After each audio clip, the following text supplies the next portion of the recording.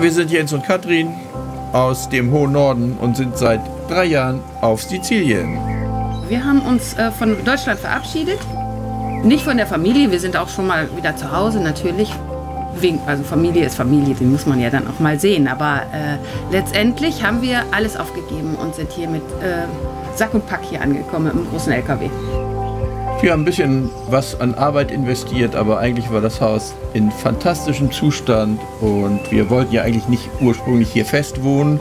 Das tun wir auch nicht, wir haben ja noch woanders ein Domizil in Porticello, aber hier ist einfach der Platz. Wenn das Wetter schön ist, muss man hier oben sein. Und zu tun gibt es auch genug, wir haben ja viele Olivenbäume, Zitronen. Ja, das war das erste Jahr, dass wir überhaupt was hatten an Öl. Nach 3 Jahren und wir haben tatsächlich 180 Liter aus 40 Bäumen bekommen. Es war toll. War auch ein tolles Erlebnis, war sehr harte Arbeit. Also uns tat eine Woche danach alles weh, aber es war wunderbar. Wunderbar. Alle Leute sind super freundlich, unsere Nachbarn, die natürlich alle uns kennen, während wir lange Zeit natürlich nicht alle Nachbarn kannten, sind freundlich und wir haben ganz gute Kontakte, weil meine Frau ja auch so eine Betriebsnudel ist, die ja schon zum Tanzen geht und zum Fitnessstudio und dann lernt man die Leute kennen.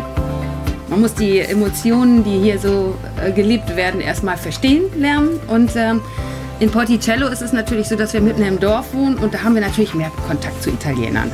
Ansonsten gefällt uns natürlich auch die deutsche Community vor Ort, da hat man ein bisschen Heimat hier im Ausland und das ist ein gutes Gefühl. Vielleicht kann man das noch dazu sagen, es ist uns hier auf dem Land ein kleiner Hund zugelaufen. Also wir haben hier dementsprechend auch was Gutes für die Tierwelt gemacht, weil es ja so viele freilaufende Hunde gibt. Und wir haben einen aufgenommen, der hat sich uns ausgesucht und wir sind ganz glücklich damit. Ja, er wollte aber nicht vor die Kamera. Nee.